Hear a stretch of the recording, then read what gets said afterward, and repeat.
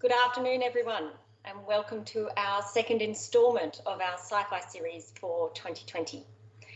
I'm Professor Emma Johnston. I'm the proud Dean of Science here at UNSW Sydney, and I'm hosting today's webinar, which is called Earth 2050. We'll be taking you forward into the year 2050 and talking about what life is like, what the globe is like, what the biological systems are like, assuming we continue business as usual scenario carbon emissions. Before I begin today, I join you and the rest of the panel joins you from Gadigal country. You'll be joining us from a range of Indigenous land and sea countries from across the continent. So I'd like to pay our respects to the people who are the traditional custodians of those lands and those seas, to recognise their continuing connection to country and the deep knowledge that abides in those connections.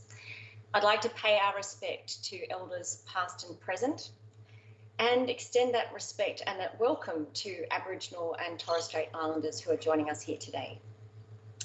Now, for those of you who might be new to the Sci-Fi series, these events are unique to the Faculty of Science here at UNSW, and they aim to acknowledge and promote the role of science in our lives. But they also allow us to highlight some of the expertise that we have in the faculty, which is broad, vast and deep.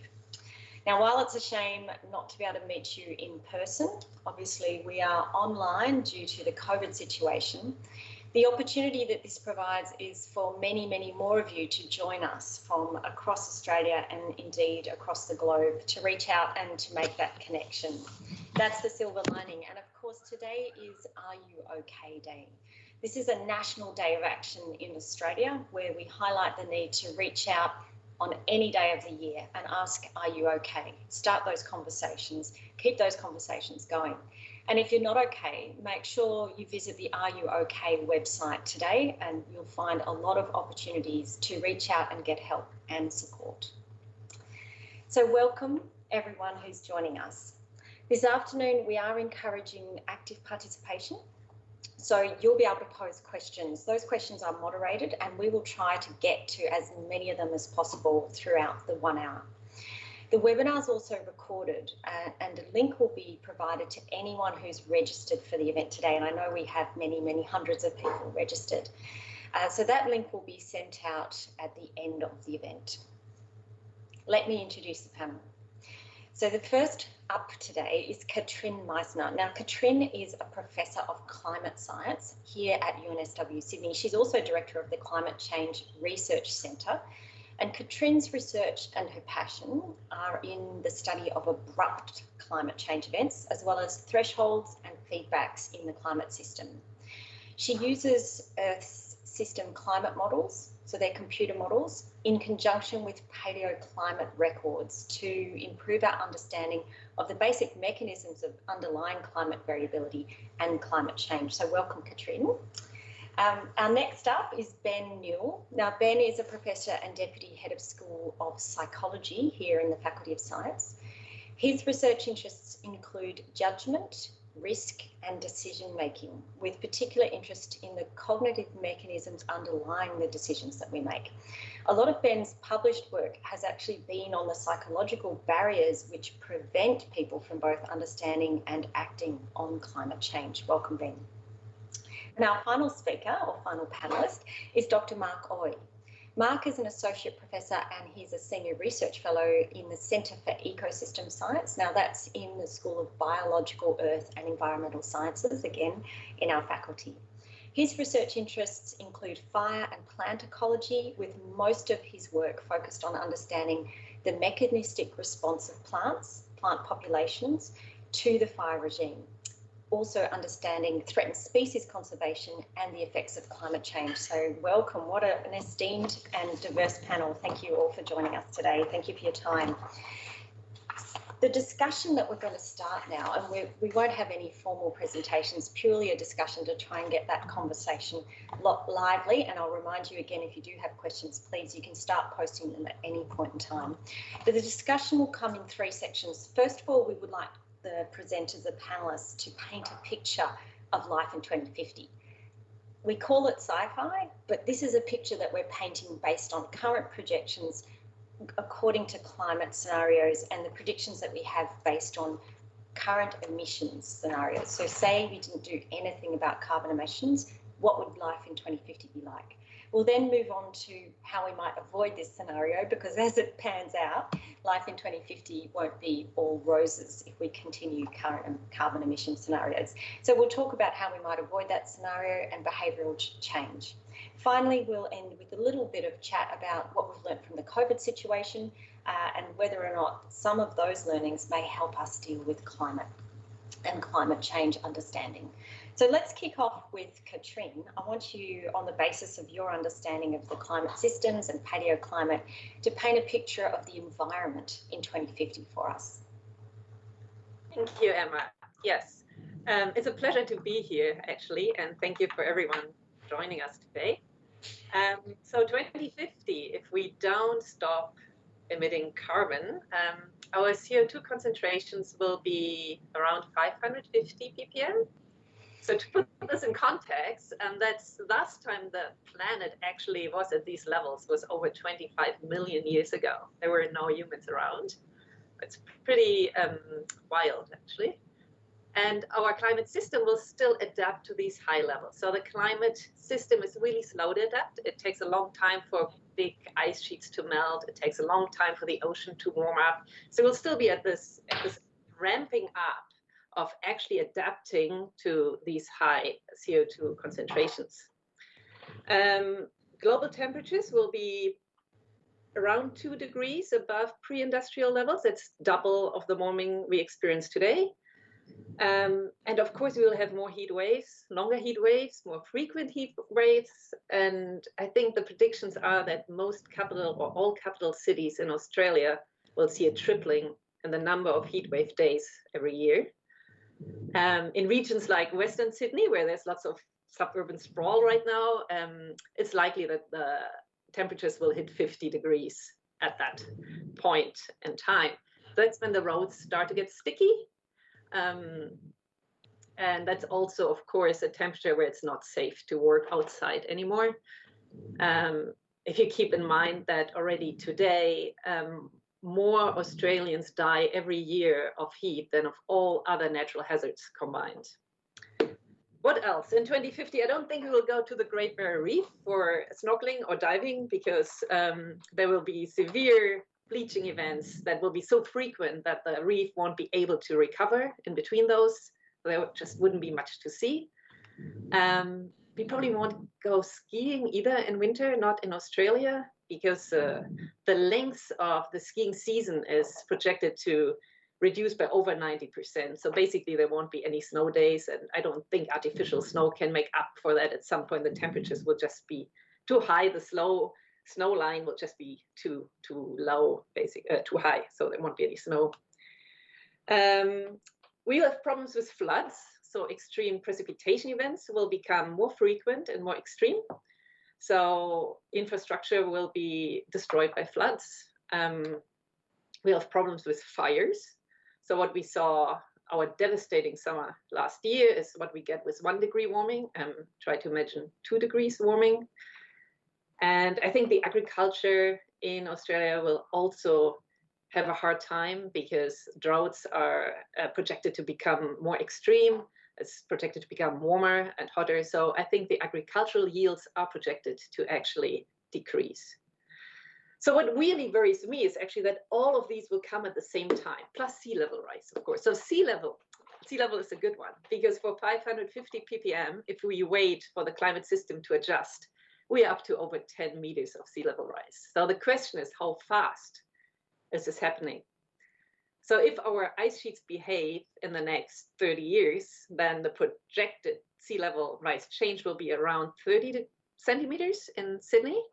But if the West Antarctic ice sheet, for example, starts to go, because it can be unstable, it might be unstable, it might start to go soon, then we might have a much bigger sea level rise. So we'll have all these impacts at the same time, right?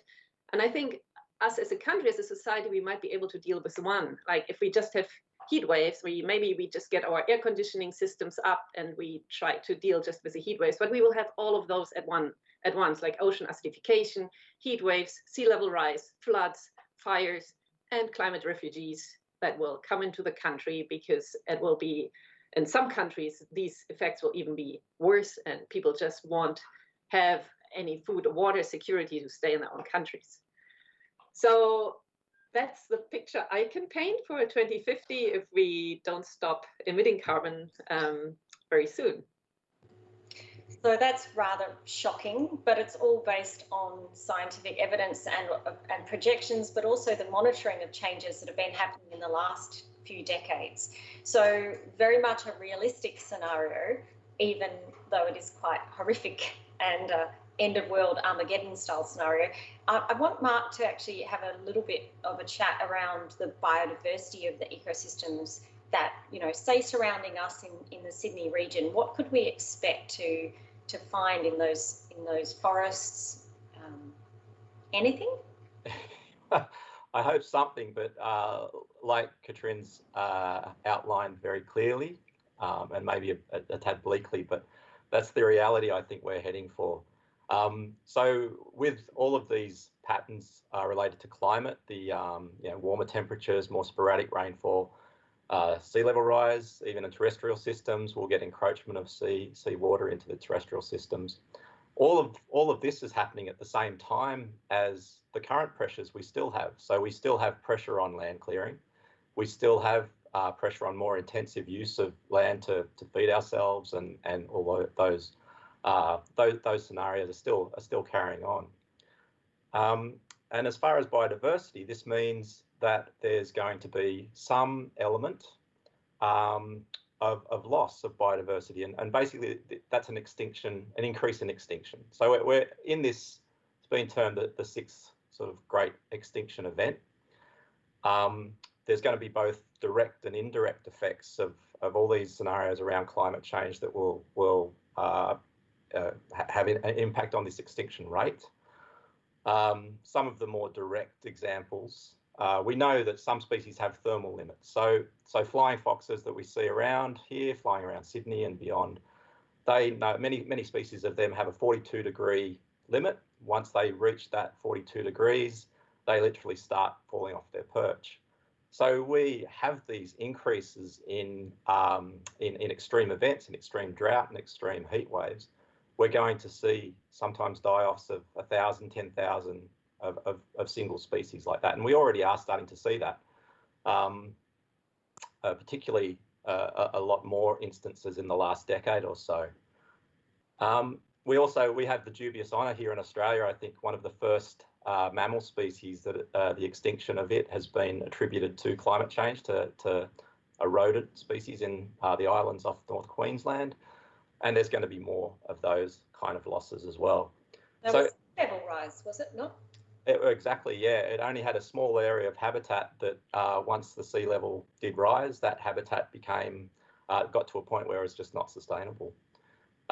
Similarly, there's thresholds in plants. We have plants that maybe have some part of their life history that's connected to cooler temperatures, and they may be near the tops of mountains. There's nowhere for them to go, even to be dispersed by seeds. So the current extinction rate has been estimated at about 3 orders of magnitude greater than the background extinction. So over evolutionary time, we have, you know, losses and gains of species, but that's a massive increase.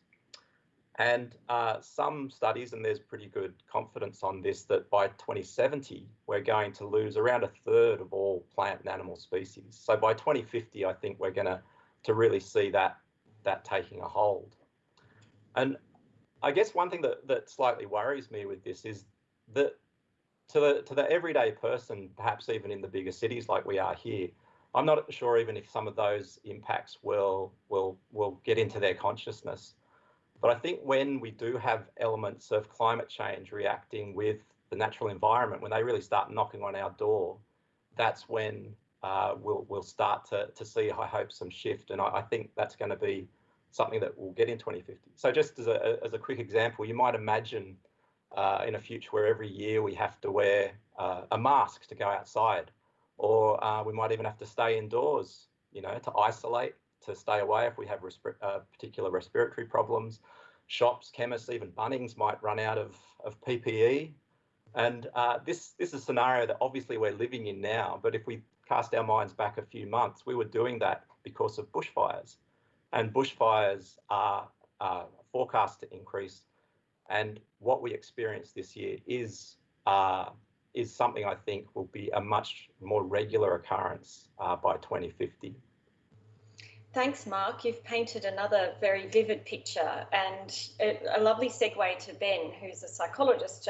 Ben, can you tell us how people are living their lives? I mean, Bunnings is short of products. That's pretty disastrous. What else is happening? Thanks, Emma. Yeah, I mean, it is clearly a bleak picture from all directions. And I think, as Mark was just alluding to now, one of the things that's enabling us to kind of maintain normal life in some sense at the moment is that we can still distance ourselves from these impacts psychologically. So we can still think about them in terms of them being in the future, in terms of them being happening in places not near us or not people not like us. In 2050, that will be impossible. There'll be no psychological distance between us and these impacts that Katrin and Mark have just been talking about. So I think it will lead to these kinds of fundamental changes in the way we work, in the way that we try and connect with each other. This kind of connection that we're having at the moment will be much more likely to occur. And I think, you can turn to people who have even better imaginations about what will happen. Some fiction writers who've been painting these kinds of pictures for us over the last few years. Cormac McCarthy's The Road, for example, shows a very post-apocalyptic version of the world.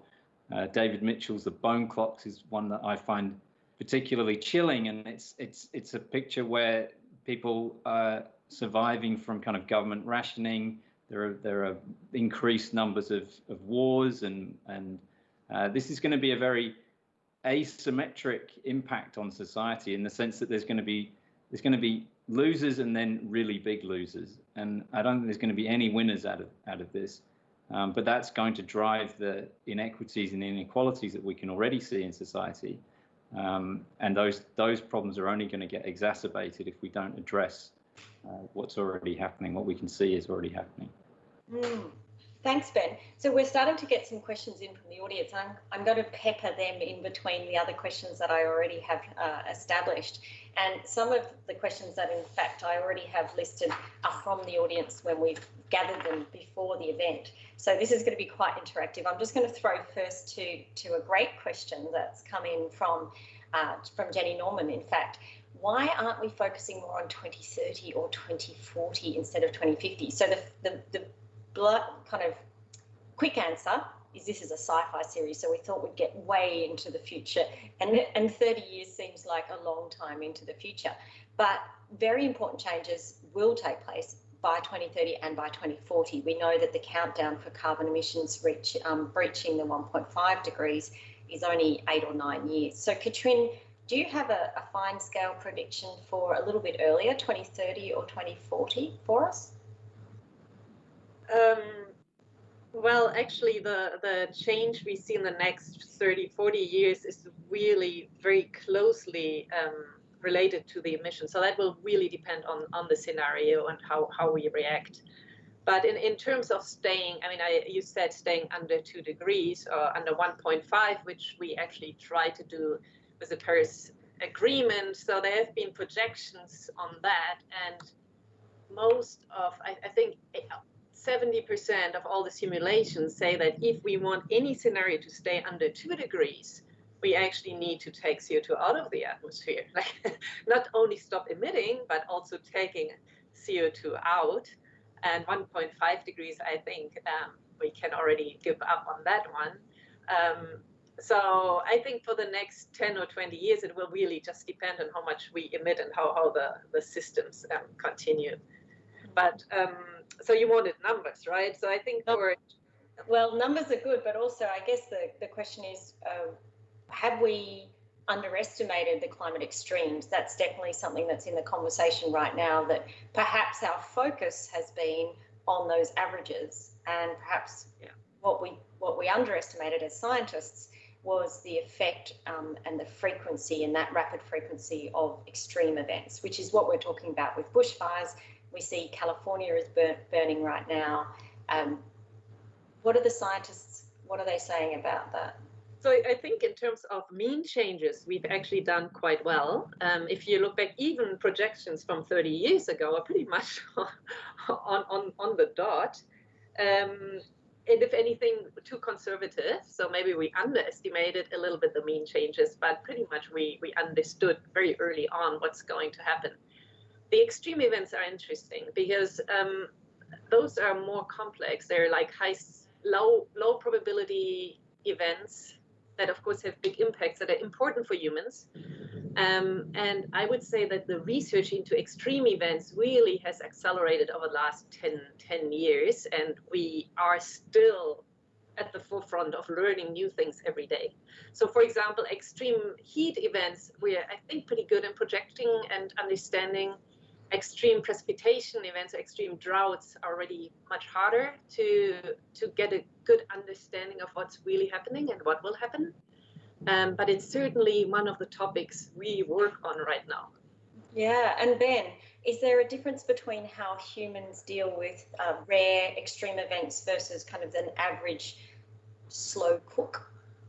Very much so, and I think one of the issues around the discussion and the communication of climate change research has been the focus on rare and extreme allows people again to say, oh, well, we just had one of those events, so it's not going to happen again. There's a long known effect in psychological research on decision making called the gambler's fallacy, which is pretty intuitive, that if you're standing at the roulette table and you see a long run of reds, you think it's got to be black. And of course, the roulette wheel doesn't have a memory. That's not going to happen. And even though casinos will list all of the outcomes on the table as if it's giving you some information about what's coming next, and we like to think that it does. We're very good at picking up on patterns. We're very good at wanting to find structure even in randomness. And although these extreme events, we can see that they're changing, we can see that they're increasing. It's only been relatively recently, I think, that climate scientists have been willing to actually talk about how the probability of these events is increasing because of direct signals from climate change. So this attribution issue is a tricky one. And of course, it's always open for people to say, yeah, but we had bushfires in the past, or yeah, but we had that flood, 50 years ago that was much bigger than this one. And that allows people to then normalize it, put it into some sort of average, long run trend and think, oh, those fires were bad last year. If they're not as bad this year, then maybe it's not such a problem, and we can adapt more readily to it. So I think the difference between the underlying slow increases and these bursts, these rare extremes, is something that people find very difficult psychologically to integrate. And in ecology, we call them shifting baselines as well. So Mark, do you have an example where we've got a current shifting baseline in relation to plants or animals? Yeah, well, actually, back onto the fire example. I mean, we have fire return intervals, and that's what drives our systems in Australia, particularly, but also in many other systems around the world.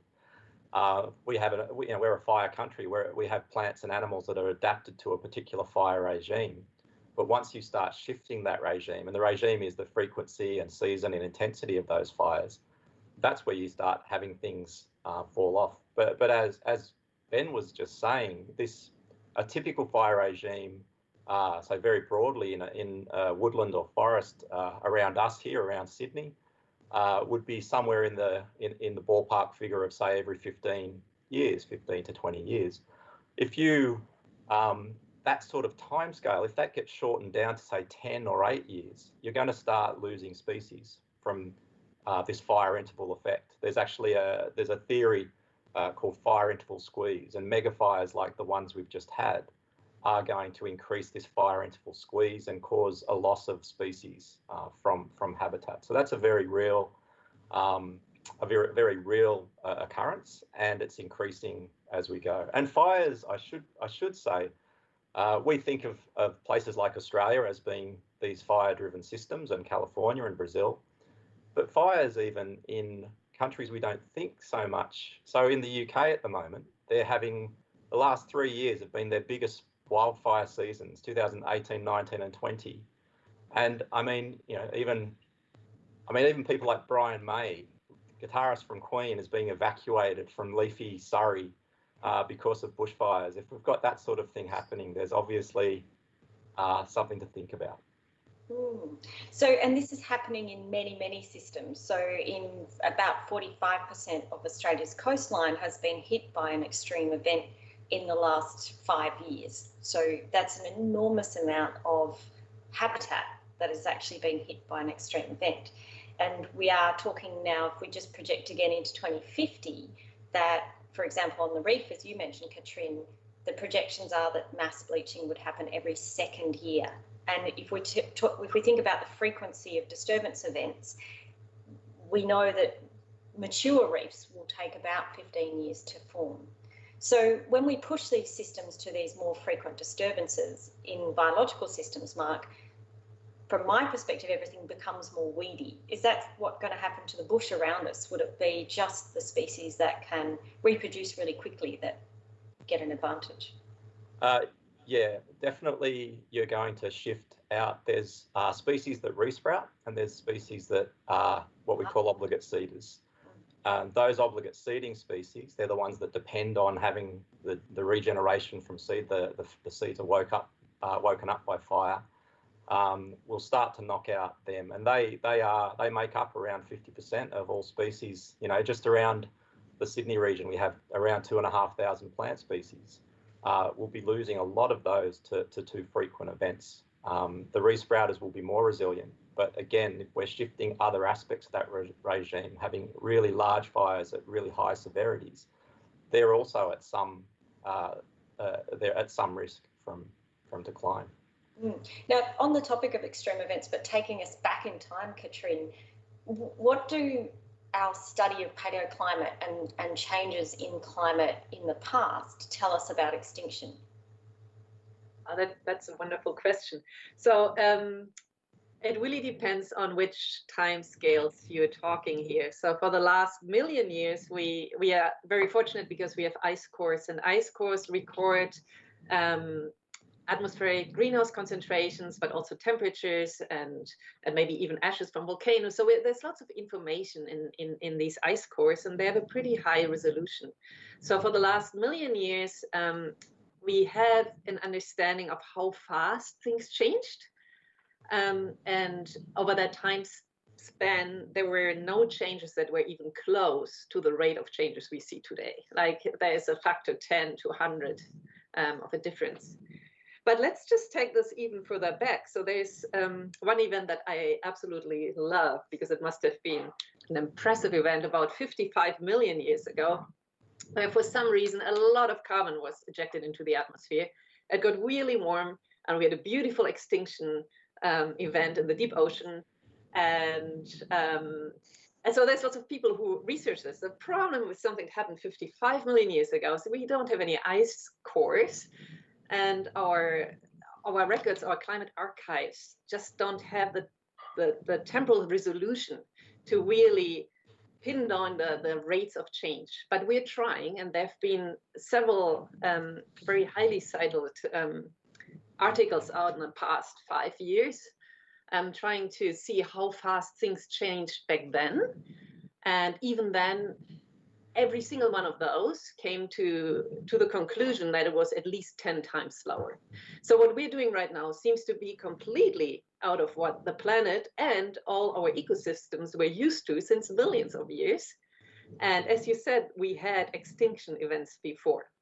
The really big extinction events, like the really large ones, they're so far back, we don't really know anything about the rates of change, unfortunately, because the climate archives just don't have the resolution when you go that far back. Well, speaking of going back, we've been thinking forward, but a really great question that's coming is, what were we worried about 30 years ago? And what does that tell us about what we should be worrying about now? So right now we're focused on climate change. It is the existential threat for humanity, but we're also talking a lot about COVID. In fact, it's sometimes hard to talk about anything else. think back, I want you to throw your minds back to 1990, and I know you were all alive then. What were we worried about then, and what does it tell us about how we deal with challenges, how we make decisions? Ben, I'm going to throw to you first. Yes, it's a good question. It actually resonates very strongly because I was recently reading a paper by a psychologist, social scientist called Baruch Fishoff, who was probably one of the first psychologists to start getting interested in communicating about climate change. And the sort of nexus between the facts that the climate scientists were producing and why the message wasn't getting across to the public and why they weren't understanding what was going on. And he wrote a paper just recently in a special issue all about climate policy and behavioral science. But he was discussing a paper not from 30 years ago, but actually from 40 years ago, so 1981, where he pointed out really that it was the first time someone had tried to bring in what we know about behavioral research, what we know about how people make judgments and decisions, and apply it to communicating about climate science, but also trying to map out a connection, I guess, between climate science and social science to build those synergies, to understand not just how to communicate, but how to integrate actually into the models. How is human behavior going to change the predictions that we can make about land use, about the way that cities are developed, the way, all of those factors that can potentially enrich the predictions that we're going to make about the impacts of these atmospheric changes. And he pointed out in that there was, at this point in the US, concern. This was happening in the early 80s, late 70s, early 80s. And then in the change in government that happened then, when Reagan came in, there was a kind of, it fell out of the headlines. It wasn't something that the social scientists were then being brought into the conversation. And this paper that he's recently published is really about the sort of lost quarter of a century of opportunity that social science could have had to bring this to the fore and get that agenda really front and center. But it's only really been in the last 10, 15 years that started to be something that people have really focused on. What's this connection between the communication and the understanding of the science? So I think looking back 30 years to 1990, there wasn't a whole lot of concern from the sort of behavior change. I mean, there was stuff about, yes, we should be more environmental. Probably the ozone hole was something that people were concerned about back then. But there certainly wasn't the same kind of connection that we now have in terms of discussions like this, where we're including people from different disciplines talking about these same issues. And the ozone hole, in fact, is a great example of positive change that we were able to do as a globe in one of the first international conventions reducing pollution. And it should have been something that we could have followed up relatively quickly, but we haven't. One of the other matters that was of great concern in the early 1990s, of course, was the biodiversity crisis. So, and the Kyoto Protocol was around that time. What, Mark, were you worried about? Were you thinking extinction at that point? I mean, biodiversity, and like you were saying from Kyoto or Rio as well, there was this big push for understanding both. I remember being at university and wondering what even biodiversity was, the definition, and I was looking for this ultimate definition of biodiversity. But obviously that understanding of biodiversity and its positive effects, both on the environmental, the ecosystem services it provides, even the mental health benefits. There's a lot around biodiversity that I think was being really refined at that point. I remember one of my first jobs in what was then National Parks was looking at a book called Conserving Biodiversity Threats and Solutions. And I think also around that same time, this was very much in the late 80s, climate change and the relation with biodiversity and fire was coming to the fore. And there were predictions or projections from CSIRO in a paper led by Dr. Tom Beer, I think. And that was saying that by the year 2020, we would be having these mega fire events and that it would be driven by the fuel dryness. Obviously heat's involved as well, but that was the key driver, and that's what we found from this current fire season, was there was this incredibly dry amount of fuel that we had that caused that. So we definitely hit those projections in a canter, you'd say. We just got there really easily. So there was some quite, yes, quite well thought out and early signs of looking at these interactions, and they've been borne out today. So we've looked forward and we've looked back now. Now we need to really think about how we move forward and avoid some of the predictions. So 30 years ago, we had these predictions. They have turned out to be true. We haven't acted to prevent them as quickly as we needed to.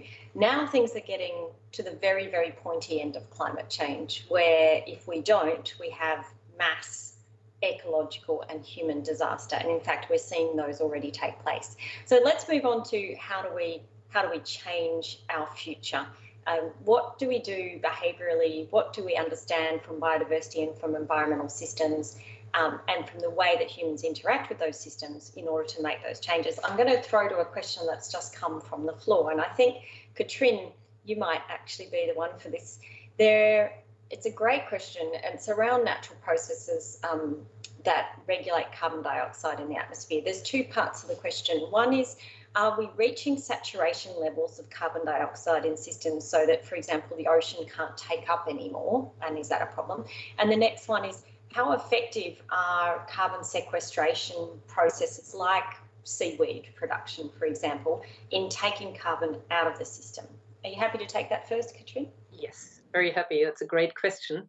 And before I answer this, I just have a very quick comment to the last question. Actually, 30 years ago in 1990 was the very first IPCC report. Ah, the International Panel on Climate Change. And they concluded that by then climate had warmed by 0.5 degree, and if we want to halt serious consequences and serious global warming, we need to stop emissions right now. So that was 30 years ago. But I will get to this really interesting question. So yeah, it's true that some systems are saturating as when there's more CO2 in the atmosphere, and the more CO2 they take up. So the ocean, for example, has taken up about 30% of what humans have emitted so far. So the oceans have been a lifesaver in that case. They've taken up over 90% of the heat and 30% of the CO2. But their capacity to take up more, they will continue to take up, yes, because there needs to be an equilibrium between atmosphere and ocean. So the more you put in the atmosphere, the more the ocean will take up. But relatively speaking, they will be less and less able to take up more. And the reason for that, there's several reasons for this. The first one is just the ocean's warm, and warm oceans can't take up as much CO2 as cold oceans. That's when you drink a Coke, you have 2 Coke bottles, you open them both, you drink a little bit, and you want to go to the beach and go for a swim. You leave one in the sun, you put the other one in the fridge. You might want to drink the one in the fridge. You certainly don't want to drink the one in the sun. It will be completely flat. So all the gas will be gone. So we're warming up our oceans, and warmer oceans can't take up that much CO2. At the same time, we are acidifying our oceans, and more acidic oceans can't take up that much CO2 anymore. There's also chemical balance. And thirdly, by warming the ocean, we warm the surface, firstly. So now we have a bigger temperature gradient. So the surface waters become less dense, while the deeper water is still quite dense, so there's less exchange with the deeper ocean. That's how we get the CO2 out of it. So we need to get it in the surface ocean and somehow into the deep ocean. And if there's less of this exchange, then they will take up less. And the last reason is really what ecosystems in the oceans are going to do, because there's lots of biological uptake too. And that gets to the second question here, is when you have photosynthesis in the surface ocean, and some critters that are happy and building, and then they die and they sink into the deep ocean. Most of it gets remineralized, so that you get the carbon out, but you don't get it completely out. It's in the deep ocean. It will come back after a few hundred years, but a very small part of it will actually go into the sediments, and then it's gone. So for the second question, can seaweed actually remove CO2? Yes, it can. But for me, as somebody who looks at really long time scales, I say most of this carbon goes eventually back into the atmosphere. To really remove carbon, we need to get it out of the whole ocean atmosphere system, really into the geological, Into the rocks.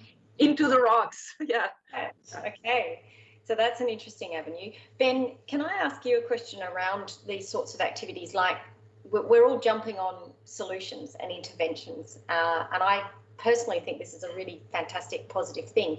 But what I want to know is, does it help people engage and change their mind? You know, is it better than being despairing to have a little hope, even if it's a false hope?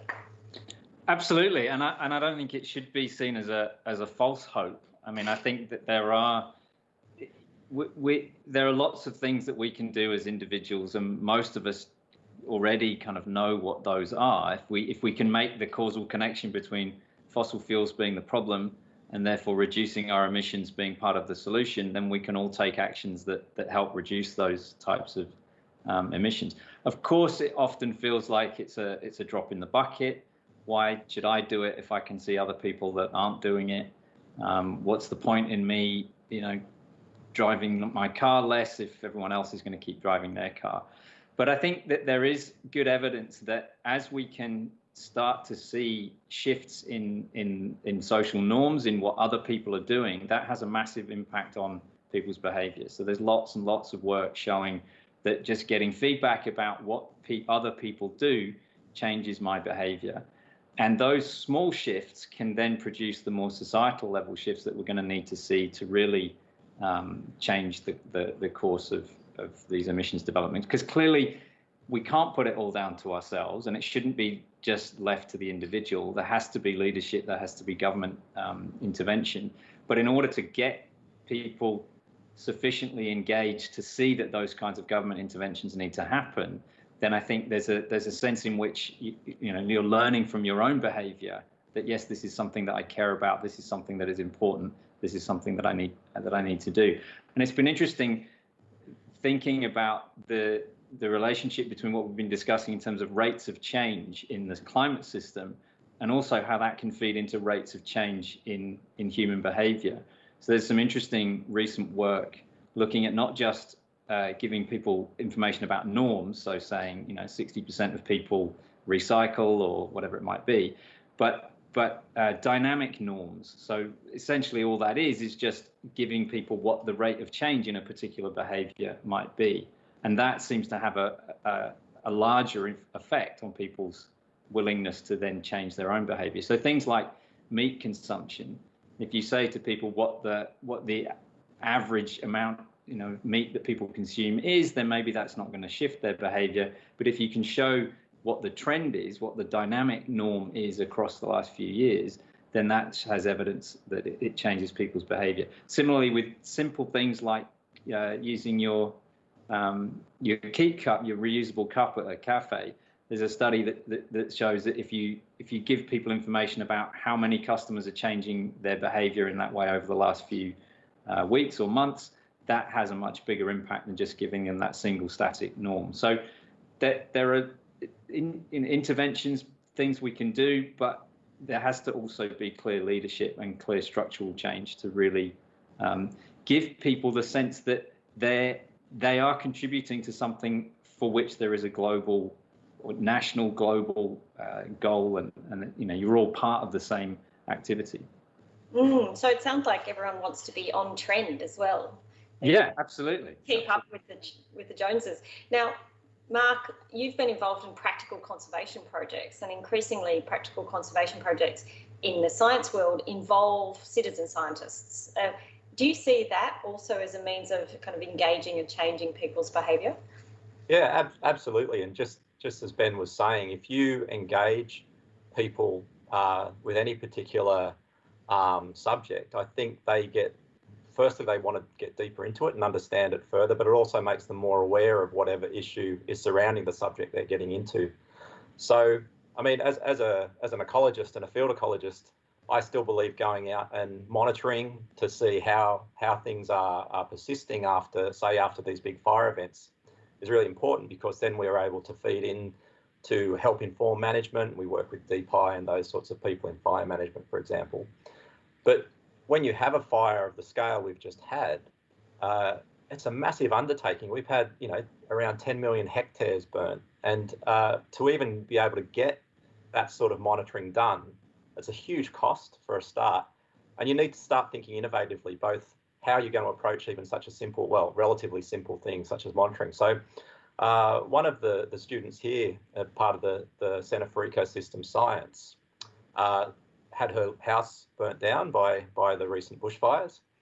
And what drove her then was to develop a project called the Environment Recovery Project. And it's on the iNaturalist platform. And it allows people to go out into the forest after the fires have been through and take photos of anything they see, resprouting plants, alive animals, dead animals. And we relate that this massive data can come in. We've got 3,000 or 4,000 data points already. And that obviously is engaging people. It's obviously getting them involved to see, oh, what is recovery, or what is struggling to recover. And then it brings in that idea of, okay, this is maybe a little outside of the norm that we're used to. And the data is actually, we just had a paper accepted yesterday that's sort of showing the engagement, but also showing how we can utilize that data to inform, targeting of resources to areas that most need it. And the project doesn't seem to need to directly relate to climate change to build those connections with nature. It could be the restoration of a fluffy little marsupial. It could, yeah. And everyone loves a fluffy little marsupial. I wish they loved fluffy little plants as much. I'm a bit of a plant nerd, but yeah, I mean, another project I've got going in my group, led by a PhD student, Chantel Doyle, she's looking at translocation of threatened species. And one of the things we've got her looking at is costing out this army of volunteers that are involved in translocation. And obviously, something when we're talking on the scale of climate change, it's difficult to think how feasible it is to move or replace things. But there are, just from Chantel's work, around 1,000 translocation projects having gone on just around locally. And if you can engage that people at that level, they're putting in millions of dollars worth of effort unpaid. So there's this real interest, and there's this real want to try and conserve. And I think we need to harness that. So environmental stewardship is what we're talking about here, and it's something that's a fascinating topic, and more researchers are working on these socio-ecological systems and connecting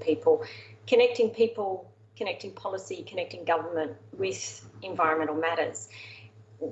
It does kind of remind me, and I guess this is the final section of our discussion now, of the incredible community spirit that has been shown in relation to the COVID crisis. So we have seen people make sacrifices in their own lives on an enormous scale, and I think my heart goes out to everyone in Victoria right now, who's in the many X week of a serious lockdown. But we have seen people, and we see people on campus today in our universities voluntarily wearing masks, making sure that they're cleaning their hands. Massive behavioural change in response to what is an esoteric threat at times, a very low chance of catching or delivering a virus to somebody else in circumstances like New South Wales right now. So Ben, I want you to start by telling us, what have we learnt from the COVID crisis, and how quickly behaviours have changed, and how much people have worked together that might help us move more quickly to respond to climate?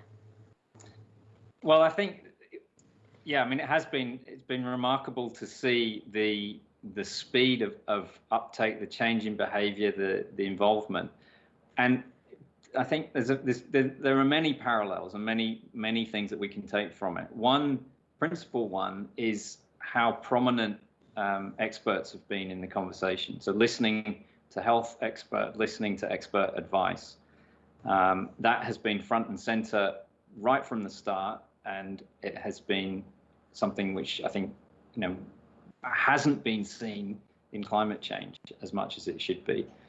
A second factor is that there's been very clear directives.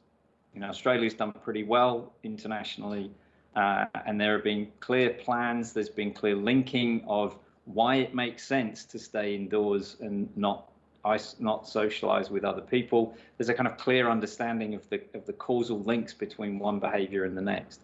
So there's been clear kind of roadmap. There's been clear interventions from above, top down. But there's also, yes, there has been this sense of just general community spirit, which is an interesting one to reflect on in the climate debate, because I think, again, it's the proximity of the disease, the fact that it's a very visceral, it's something which we can all see playing out in real time, whereas climate change, as I was talking about before, still has this element of distance, this psychological distance that when you see the exhaust coming out of your car that it's kind of bad and it's where it's going, but it's not quite the same as sneezing on someone who's standing right next to you. That is not quite so apparent. So I think, yes, there are some very important lessons that can come out. The one note of caution that concerns me at the moment is the possibility, and there is actually some very recent research I was reading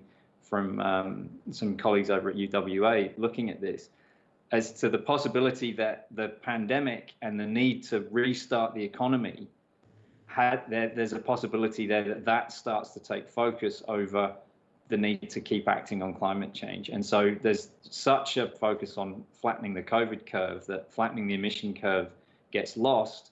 And we're already seeing, potentially changes in legislation that will make it easier to restart the economy, but pushing environmental concerns to the background. And I think that this work that I've just recently seen suggests that framing it in that way does indeed reduce people's support for mitigative action on climate change, which is a real concern. So there are clear opportunities, but there are some dangers as well. So framing it in a way where restarting the economy, but pivoting it towards sustainable businesses and transitioning fairly from unsustainable businesses, we have to start having that conversation right now to say it's not restart the economy, the old economy, it's restart the new one that's pointing towards a sustainable 21st century. That's interesting. Absolutely. And make it clear how to do that as well. Just like, the lockdowns and the information that you get, make it very clear, make that clear. What does that mean for me as an individual? What does that mean for my family, my society, my workplace? All of those things have to be clearly mapped out in order for that to take off. Now, Ben, arguably the COVID situation is a little simpler and more immediate than climate. Katrin, do you think it would help us move towards this new sustainable globe if we had, for example, carbon emissions being relayed on the news every day like we see the COVID cases? I think so. I think Ben said several things that really resonated with me here. And one was that he said lots of specialists were on the media and were listened to.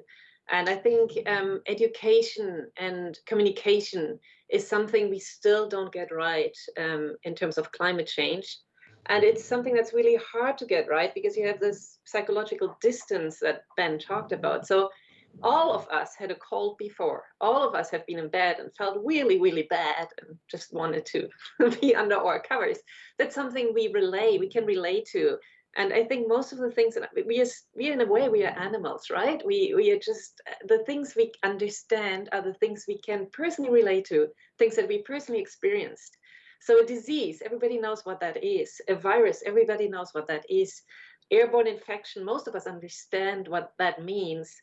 And then the timescales, as Ben said, like we had some really well-defined rules: stay at home, don't go outside, and then after 3 or 4 weeks we see the numbers coming down. So for climate change it's very different, and the threat is much bigger than COVID. There will be way more death with climate change, but it won't be written on the front of people who die of heat exposure or of sea level rise or of combinations of different impacts. So it's not as visible because it's basically the statistics that change. As you say, like, it's a big fire year now. Is it out of norm or not? People will argue against it because psychologically we don't understand changes in statistics, and the timescales will be very different. So which we don't have a choice, but if we redefine our whole economy, we won't see a change after 6 weeks. We won't see a change after 2 years. And I think we should have CO2 concentrations and emissions on the news, but can people really relate to them? I don't have the solution, but I think actually Ben really ticked a few boxes here. So one thing that does give me hope are people who have a longer time frame to look at this problem, and that's the younger generation. And we've seen some spectacular activism and campaigns from the high school students, from primary school students who are saying enough is enough, it's my future, let's reduce carbon emissions now. Mark, you can get the final word here. What do you get much hope from this next generation? Definitely, and I mean, I've got little kids, and I'm sort of hopeful for them down the line as well. But I think with the whole situation we find ourselves in with COVID, there is showing this capacity for change or accepting change, and that's possibly one of the most positive messages to come out of it. And I mean, a little pet subject, not within my expertise, but just out of interest, is the uptake of things like electric cars. For example, I worked in Europe a lot. Everywhere I went, there'd be charging stations, there'd be infrastructure and things there. So there is this capacity and want for change. If there's a little bit of infrastructure and leadership to put that sort of thing in, I think people will follow quite happily. And I think particularly the young, having that as the baseline for them to follow, I think would be a really good step forward. So on that positive note, on behalf of the panelists here, on behalf of UNSW Science, thank you so much for joining us. This is bringing us to the close of a wonderful discussion. I hope it was stimulating. I hope it was a little frightening, but also in a positive way that gets you thinking about what your next step might be. Thank you to all of our alumni who've joined us. We're really pleased to be able to reconnect with you. We look forward to inviting you back on campus when the COVID situation clears up. I'd like to, in particular, thank Professor Katrin Meissner, Ben Newell and Mark Oy for your expertise today. It's been really fascinating to bring you together for this conversation. If you have tuned in live for this discussion, thank you for the questions that came in. I've used many of them and they've helped stimulate the discussion. So thanks for your active contribution. And also just a reminder that the webinar has been recorded. So you'll be sent a link with that recording. If you have a moment now, you can fill in the questionnaire. We're always trying to improve the way that we deliver these events for people. And that link to that questionnaire will also be sent out with the live recording. We hope you had a great day. We hope the rest of your day is really good as well. Remember, it is Are You OK Day, so reach out to your friends and family and make sure they've got someone to have a conversation with later today. Thank you very much for joining us, and goodbye.